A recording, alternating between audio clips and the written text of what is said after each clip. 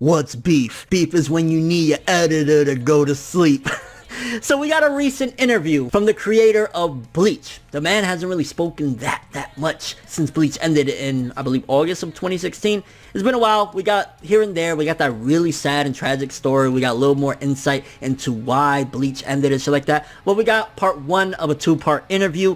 And something interesting came about from it. Now, honestly, I'm leaning towards one side of the spectrum, but there is another side of the spectrum because there's a comment in there, and if you see the title, then you know where I'm about to go with this. There's a comment in there, and we're going to read it, and we're going to discuss it or whatever, but there's something where it kind of hints that there could potentially be bad blood between the creator of Bleach and the creator of One Piece. Now, it could be that it was just in a joking manner that he said this, and I'm leaning towards that. To be honest with you, I'm almost certain that it was in a joking manner, but there's some people that are saying that even the people translated it, because it's in text form, really couldn't grasp what the severity of it or the serious nature of it is in the comments of what Kubo said about Eiichiro Oda. Honestly, I ain't gonna lie.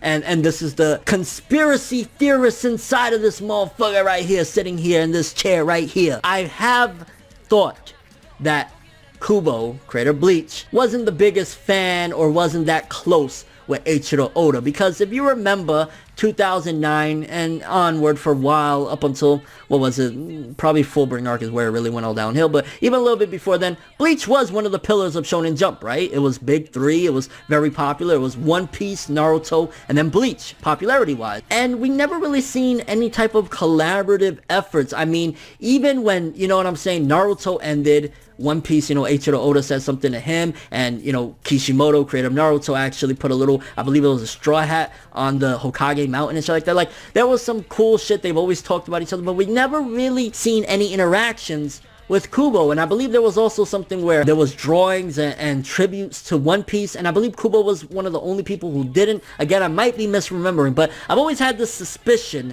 that maybe, just maybe, they didn't care for each other. And I've also heard in several different interviews and sources that it's really competitive up there. In Shonen Jump, it's kind of like a battle of blood. So if you've ever seen or read the series Bakuman that kind of describes what it's like being in Shonen Jump and competing, it's a little bit more serious than that. From what I heard, people are just dead serious. They're really competitive. So just maybe, there's a little bit of truth or a little bit of seriousness to the comment I'm about to read, guys. Let's check it out. Kubo debuted in Jump in a 1996 special issue. These special issues also have their own voting system. He says that for each special issue, experienced mangaka write the series on the cover, as well as one-shots and yonkoma from current serialized mangaka. These would take the first two spots. From number 3 and down would be one-shots from newcomers and rookies. He was 4th that issue. Eiichiro Oda, creator of One Piece, was above him at 3rd with Romance Dawn, which was the one shot for One Piece that led to One Piece's serialization. From then on, he didn't like Oda as much. Now again, that could totally just be him. I didn't like him as much, you know what I'm saying? It could just be in a joking manner, but there has been some evidence at the very least, very small nitpicks or whatever, that maybe they're not the closest, so who knows? Maybe there could be some truth to this, maybe there could be a little bit of beef, maybe Kubo, because, and I'll read a little bit more of this interview, Kubo isn't the most friendliest guy. From what I read on this, he's very difficult to deal with. He's had problems with editors. He's had shouting matches with editors. He screamed at his editors over the phone.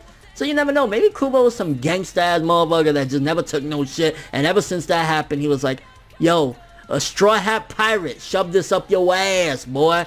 Let's read a little bit more though, so we can get a little bit of an insight, so you guys can understand what I'm talking about Tite Kubo and his, you know, attitude, so to speak, with his editors. Soon after he began working with his editor, he began writing some works. The host asked whether the editor asked him to change stuff, as the editor is more experienced and has seen more manga and artists, but Kubo says that his first editor didn't really ask him to change much. He was apparently rather fond of Kubo's work.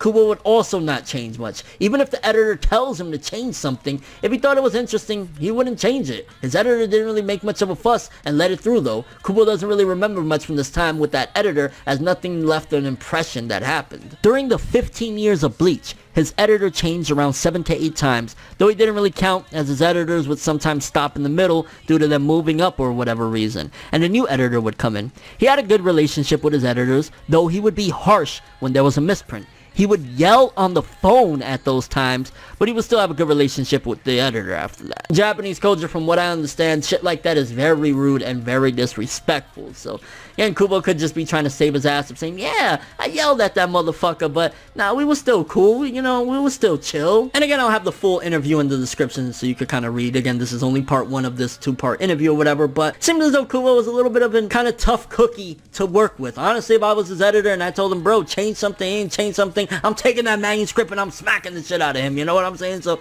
Kubo seemed like a little bit hard to deal with. So that was kind of the whole thing regarding the beef potentially between Tite Kubo and Eiichiro Oda, or at the very least Kubo's gripes. And I gotta say personally, honestly, if Kubo truly, and I mean truly, and again, we'll never know, because, you know, it is what it is, unless Oda in an upcoming fucking, I don't know, Jump excerpt, he says something like, hey, Kubo, fuck you. We'll never really know. But I gotta say, if Kubo held a grudge from 1996, 20 years later, because Oda beat him in a contest, that is petty. And Kubo is one of the most petty mangaka I've ever seen. One of the most petty Japanese people I've ever seen in my life. Because honestly, that is petty as hell. A 20-year grudge because somebody outdid you in a contest?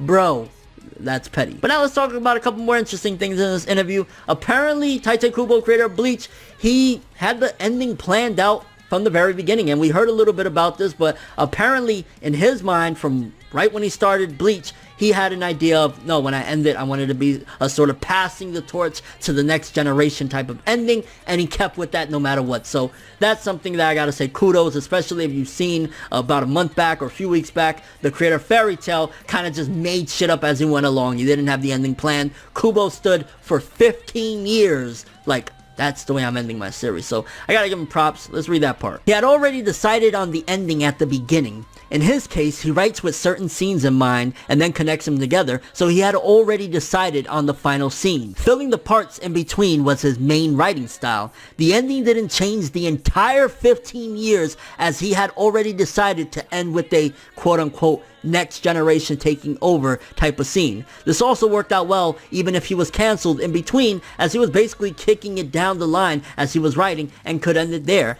There were times when in the middle he really wasn't thinking too much. However, it's impossible to write if you're not thinking at all. The hosts also say sometimes that works out great, as in the case of Otokojuki, where even the inconsistencies are enjoyable and make for great manga. It's different for each mangaka. So essentially, Kubo, he had it planned out. He was like, nah, even if I get cancelled, you know, in a couple weeks, I'm just gonna end it with, they had kids, next generation takeover, move on. And then lastly, a couple more things I want to talk about real quickly is Tite Kubo. He indeed stopped it. You know, he was in bad health for the most part. Like in this interview, he talks about he wasn't necessarily in agony, but it was a bad, you know what I'm saying, his health. Let's read this part. After Bleach ended, rather than a feeling of accomplishment, he felt more like, I'm tired. Apparently throughout Bleach, there were times where he thought, I want to stop this here, but at the beginning he already said, I will write up till here, and thus felt that he must write until he reached the scene of whatnot. He wasn't really in much agony those 15 years, only when his health declined. He didn't really feel like going many places for vacation, though he did go at times, like when he was called to speak for an event abroad and took a week off then and went. And one more update. Apparently Kubo really doesn't care at the moment to write more. It's crazy, but it looks as though he has no plans on a Bleach continuation or a new series, opposed to somebody like Kishimoto that he pretty much said, yeah, I'm working on something, even though it's been like 2 years, almost going on 3 years, and we still haven't seen nothing. But like a lot of mangaka, Hiro Mashima, he just finished Fairy Tail, and he's already talking about he's working on his new work, and we might see it next year.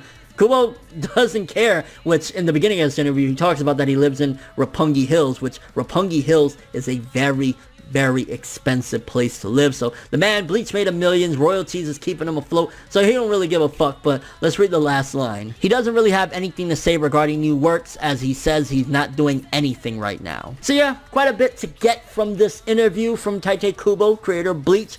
One, he might not, or who knows if it was a joke or whatnot, but he might not really like the creator of One Piece because he lost in a contest 20 years ago, which petty, my man, petty. But yeah, there might be a little bit bad blood there. Also, Kubo had the ending for Bleach in mind throughout the entirety of his run of 15 years. He indeed did have bad health problems throughout Bleach's serialization, And right now, he don't give a fuck. He ain't writing shit. He lives in Roppongi Hills. He's living off the royalties of Bleach. Bleach made him mad bread. He just doesn't care no more. So, interesting stuff. Kind of curious what you guys think about it, though. Do you think that it's just a joke, which is what I believe, regarding Kubo and Oda having a beef, or Kubo not liking Oda? Also, what do you think about he's not working on anything else? For the fans of Bleach, or the fans of the writing or the style of Bleach, does it upset you that Kubo ain't doing anything at this given time? Who knows? Maybe the Roppongi Hills might drain his fucking bank account one day, and it'd be like, time to pick up the pen again.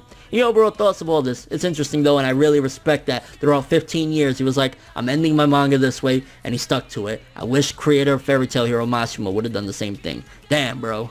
But that's all I have for this one though. Thanks for watching. Hope you enjoyed. If you liked anything I had to say or enjoyed the video, drop me a like. I'd greatly appreciate it. And if you want more from me, make sure to subscribe. Follow me on Twitter, Instagram, and do a little stalking my Facebook to get more when the video ends. I'm ForneverWorld, and as always, people, bow! Have an awesome day, and remember, anime and manga for life, boy!